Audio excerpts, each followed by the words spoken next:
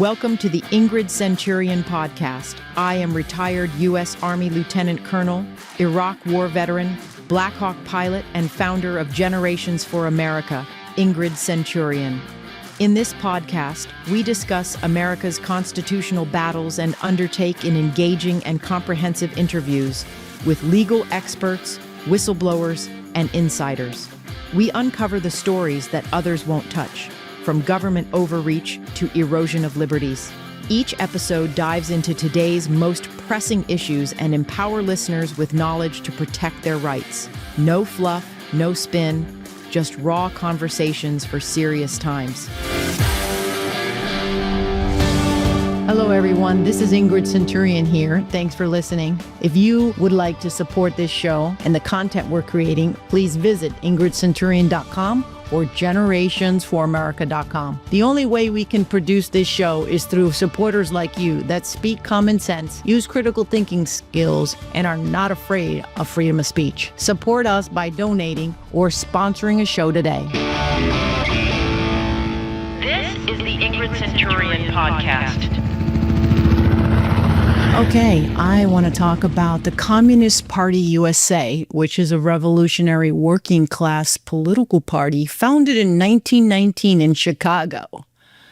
This party stands for the interest, it says here at their website at cpusa.org.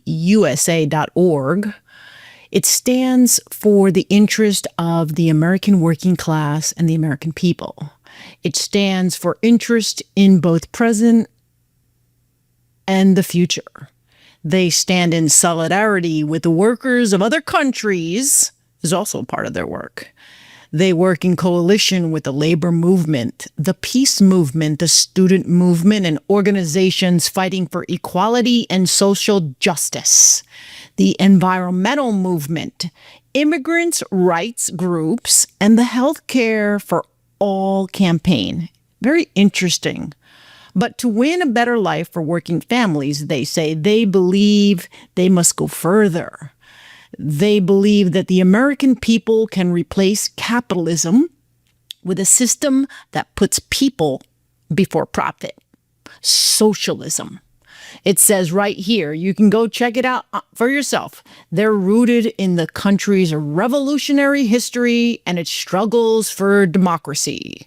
We call the Bill of Rights socialism, guaranteeing full individual freedoms. Well, let me tell you, Communist Party USA, what Generations for America is about. Everything completely against what you believe in. You need to learn American history and you need to study our Constitution and not create this fabrication, because everybody knows that socialism leads to communism. And this is what's very scary about what's going on in America today. And we're going to be talking about Governor Newsom. We're going to talk about Governor Newsom, where he came from, and where he is today. And it obviously looks like he has plans to run for the president of the United States. That's why he's on this campaign all across the country. And this is scary, ladies and gentlemen. This is scary. You're listening to the Ingrid Centurion podcast. Governor Newsom came to South Carolina. He visited, and this was the second time that he's come here. The first time he came was in January 2020 for Biden, and he was campaigning for Joe Biden. So I really believe this is his audition for his future run as president, and it's very scary. And Rocky and Frank, let's talk about this. Well, let me start then. Governor Newsom is representative of the basic mainstream of the Democratic Party today.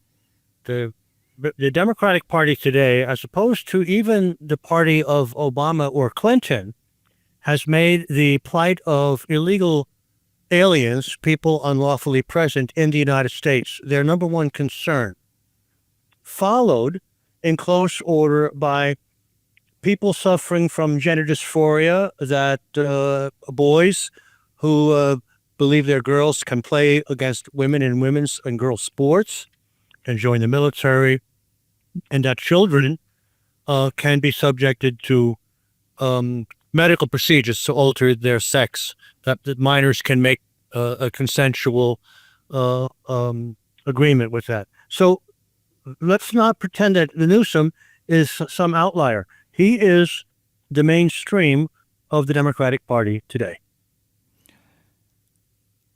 And looking at California and that state, their budget is not great. They've had so many disasters. And I mean, why would anybody want Newsom to become the president of the United States? I mean, just look at his state in general. And while he was here, he went out to 8 different locations. He went out to some rural spots here in South Carolina. Of course, he was accompanied by Clyburn the whole time. And he called it the big, beautiful betrayal. I thought that was interesting. So that's, what he's out there. And so many people think that South Carolina is key. He's going to try to connect with the Black voters and the faith community when Planned Parenthood, like a huge amount of the people who are part of Planned Parenthood and get all that stuff live in California. So I thought that was interesting.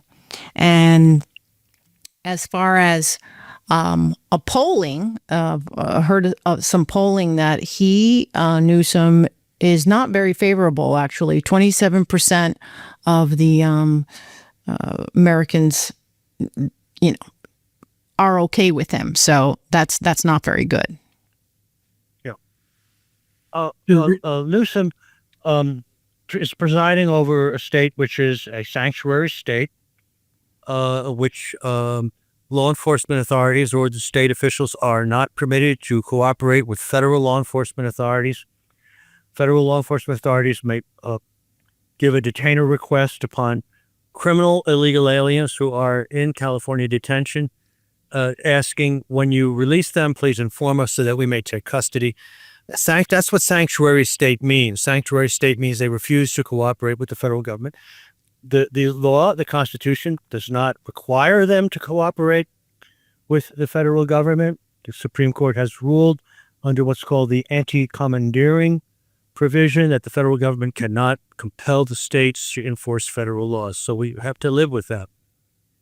So Newsom is a sanctuary state governor, but then so is Massachusetts, and so is New York, and so are many, many states, Illinois, city of Chicago, that they are sanctioned. So that is the number one issue. That is not a very appealing position to hold politically in America today. It's interesting. I was listening to some of his speeches while he was here in South Carolina, and he was meeting with, younger voters. And he says, that he's telling them, you are here to repair this nation. He was also sending a message of that you need to exercise your moral authority against the Trump administration and against the GOP. I found that very, very interesting because, he's getting out there and he's seeing apparently if he can connect with the voters, and seeing him as a future presidential candidate, that really scares me. Well, I'm not too scared of Newsom. First of all, he will have a fight in the Democratic nomination process to even get the nomination. He's not a very appealing man outside of certain circles. I can't possibly see Newsom carrying a state like Michigan or Pennsylvania or even in New Jersey. His sort of California slick, chic, it is so superficial and phony, but that goes to his personality. So I'll put that aside and just focus on policy. Governor Newsom also, in service to what he believes to be morality, has opened up the state of California Medi-Cal rules, which is Medicaid. In California, they call it Medi-Cal, to non-citizens, to illegal aliens. In January of 24, I was driving back from Washington State to Arizona, and going on Highway 99 in California, and I saw several billboards written only in Spanish, not in Spanish and English, not even bilingual, basically saying apply for Medi-Cal. And then it says in Spanish, your status is not important. That status is a code word for are you a citizen or not? So the problem is that, first of all, this is illegal. Bill Clinton signed a law in 1998, I believe, that said that it hasn't been thoroughly enforced, that non-citizens are not eligible for a whole array of what we call social welfare benefits. Medicaid is one of them. So this is illegal, but what has happened is so many have applied in California who are illegal that it's costing the state $3 to $4 billion a year just to cover the medical costs of non-citizens. Now, hopefully, I'm not sure if the One Big Beautiful Bill will finally put an end to that or not. There's a lot of debates about what's in that bill and what is not, which I will save to another time because I have my own opinions about it. But the problem is that Newsom serves the overarching Democratic Party position that the plight of illegal aliens comes first, and that deporting them, even criminal illegal aliens who have committed very serious crimes, should not be deported. Have you ever attended an outrageous meeting? Members were so disrespectful. It's time you master Robert's Rules of Order with Generations for America. You will learn what is a deliberative assembly and how organizations create rules to conduct business. It's about the overall membership of an organization, expressing its general will through the assembly of its members, both to establish and empower an effective leadership as it wishes, and at the same time to retain exactly the degree of direct control over its affairs that it chooses to reserve to itself. Roberts is about protecting your rights as a member, about protecting the rights of the majority, of the minority, of individual members, of absentees. Remember, we do not want a small group of people making up their own rules and controlling everything. That's why I need you to go to generationsforamerica.com and register today. Our next class is starting September 4th through October 2nd.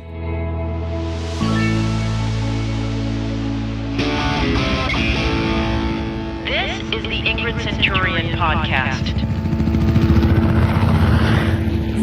Yeah, I was just listening, taking in everything there, just talking about that. As far as Newsom coming to South Carolina and getting up with Clyburn, because like I said, Clyburn is about the, he was the third most powerful man in the Democratic Party nationally. And I think he probably still is somewhat. But here in South Carolina, for the Democratic Party, he's the powerhouse. So that's why Newsom was hooking up with him going around there.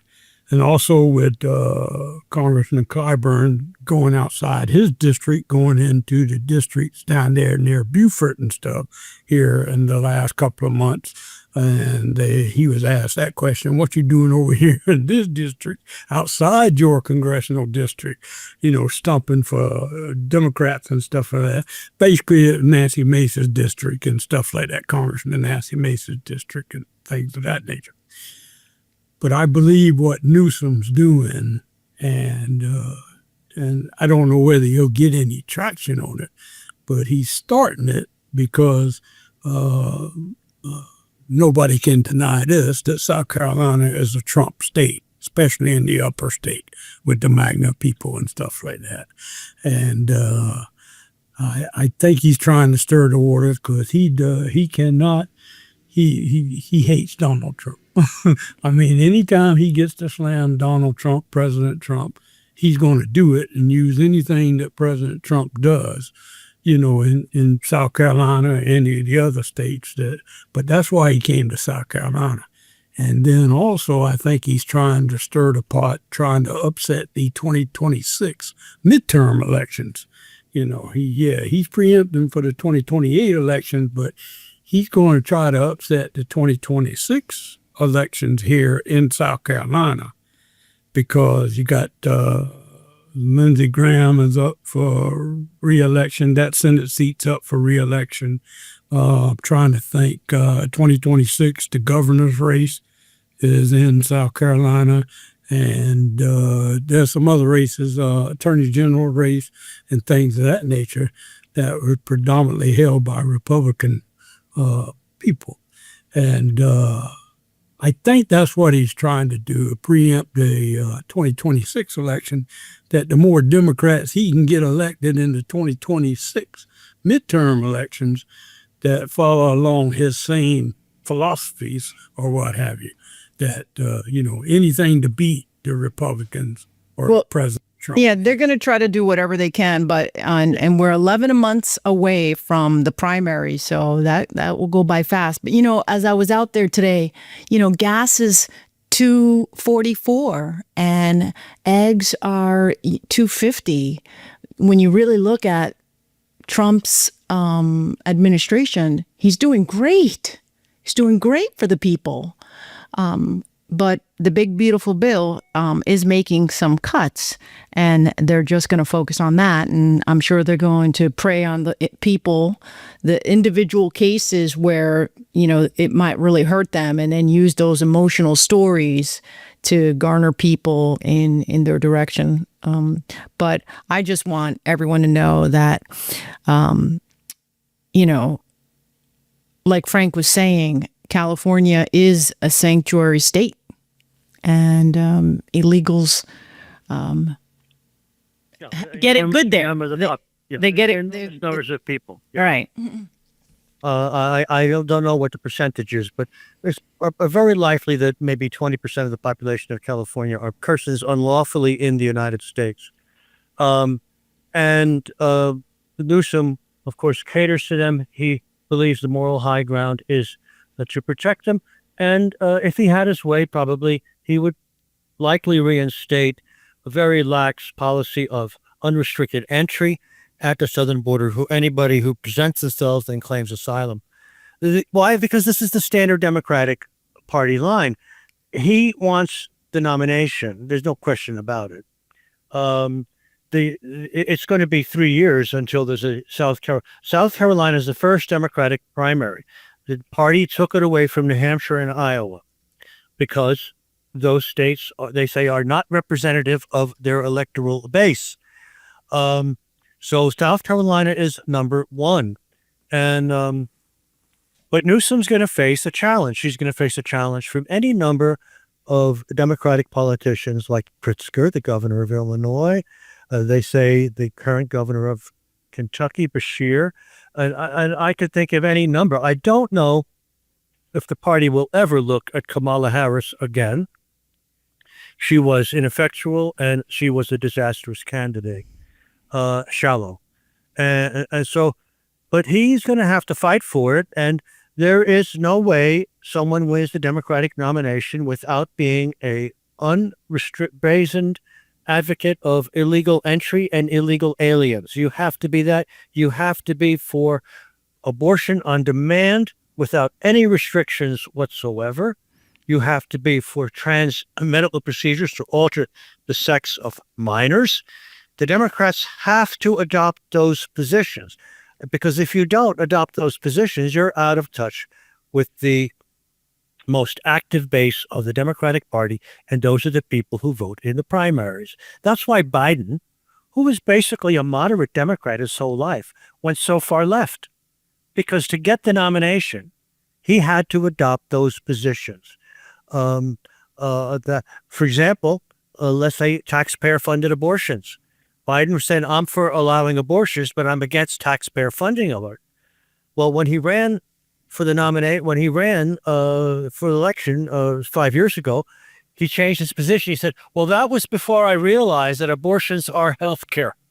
Now that I know that abortions are health care, then I now believe in government funding of abortion. No, he realized that he wouldn't get the nomination if he held his old former position. So to get the nomination, Newsom has to adopt the most extreme positions. But here's the problem. Then when you go into a general election against whoever the Republican may be, whether it's J.D. Vance or Josh Hawley or whoever, whenever you go into the general election, you can't walk back those positions or pretend you're a moderate. He's trying that right now by making some moderate statements, boys in women's sports is unfair, but he doesn't really mean those things. He's completely insincere. Yeah, I would agree with you. So Who is that, Frank Newsom? That's insecure? Is that what you're saying, or you was talking about Biden? Or, Well, Biden changed its position on taxpayer funding of Right. abortion okay, because it was required, because that was for his entire political career. He was against it, sure. but he adopted his positions so that the party would bless him, because they would never nominate him if he had not changed. You see, that's just it. And Newsom has the same problem. He has to please that activist base that runs the party from their elite bastions in New York and in San Francisco and in Los Angeles. He has to placate them. Yes. But when he gets if he should be the nominee, and I don't think he will be, I'm not worried about him. I don't think he'll be the Democratic nominee. Just don't think it's going to happen for him. But as far as South Carolina goes, that's what I'm looking at. I just want to make sure that he don't hurt South Carolina, the Republicans, in South Carolina. Is what I'm saying. I don't think he's a very convincing person in South Carolina. Yeah. And even to get the Democratic nomination, even to win the Democratic primary in South Carolina, I think there'll be some Democratic candidates that will do better than he will in South Carolina, and that will be the death knell to him. yeah, I agree with you there. But still, yet in the back of my mind, Congressman Clyburn, like I said, was going around with him when he was here in South Carolina, and he even gave a news conference to where he said that he thinks he would make a good candidate in South Carolina in 2028 presidential. and to me, like I was saying, that's scary. I mean, gosh, that's why we have to talk about these things. And these politicians, they flip flop all the time on their positions, and Well, he doesn't flip-flop. He has his positions. Right now, he's trying to take a lot more moderate tone, but no one believes him. No one believes him. He told Charlie Kirk in an interview that it's manifestly unfair for boys to play against girls in girls' sports, but then all of the sports in California allow boys to play, and they're winning a lot of the titles, especially in track and field. And so the Department of Justice just filed suit against California a few days ago. So he says one thing to Charlie Kirk in an interview, and he sounds sincere, but he doesn't follow through because he's not. See, this is what the problem with Governor Newsom is. He's a phony. And he is so obviously a phony that even Democrats who might agree with him don't like his slick California act that he's trying to pull off. And believe me, California was once the Golden State. It does not have that reputation in the United States anymore. Yeah. He looks slick. His hair is slick. Everything about him that's pretty much. You're 100% right on. Body movement. Look at his hand gestures. They're all contrived. They're all fake. He is. What can I say about him? He's a piece of work. Right. Well, he started the Gavin Newsom podcast, or he had some podcast called This Is Newsom. And he had, like you said, Charlie Kirk on there. He also had Steve Bannon, and he got a lot of heat from that. So how these people work is like they have to band together. And you can have no association, obviously, with anyone outside of that. And he got a lot of heat for having those people on his show. But you got to talk with everybody, and but even that is just a charade. It's just a little charade, and he comes on in jeans and loose shirt, and he's. I mean, he's almost a clown in a sense. He's almost a clown. But never underestimate. I don't know the Mark Twain quote. Never underestimate the ignorance of the voter. I mean, I don't know if that's Mark Twain or not, but they saw through Kamala. The voters saw through Kamala. The voters, they were deceived by Biden because it was slick and there was other shenanigans going on. Somehow 12 million votes disappeared between the 2020 election and 2024. Where did they all go? They just didn't show up anymore? No, there was something fishy about that whole thing. But at least Biden could pull it off, being a Pennsylvania-born Democrat and moderate most of his life. He could pull it off. Newsom can't pull it off. Kamala couldn't pull it off. I don't think there's a Democrat out there who might. Maybe the governor of Kentucky. He's also pretty slick. He's also on board the Democratic agenda, but he got reelected in red Kentucky. And so that scares me. He's the one I would be most frightened of. Okay. Well, we'll talk about him next time. Let's do our research on him. Yeah, let's do that. Bashir. He's the one I would be most frightened about because he's the one that could actually lull people into thinking that he's a moderate. Mm-hmm. But let's talk about him some other day. Right. But I believe he is. Sharpening his knives for this as well. So, well, good. But okay, California, good. All right. Well, that's good, guys. I'll wrap it up then. Thank you. Okay. Thank you, Ingrid. Yes, sir. Thanks for listening to the Ingrid Centurion podcast. Be sure to join me every week as we bring you inspiring guests, facts, and hard-earned lessons. Find us on iHeartRadio, Spotify, Apple Podcast, or in your favorite podcast app. If you would like to be a guest, get involved, or find out about sponsorship opportunities, reach out to us at ingridcenturion.com or generationsforamerica.com. Thank you, and we'll see you next week, so tune in for more conversations.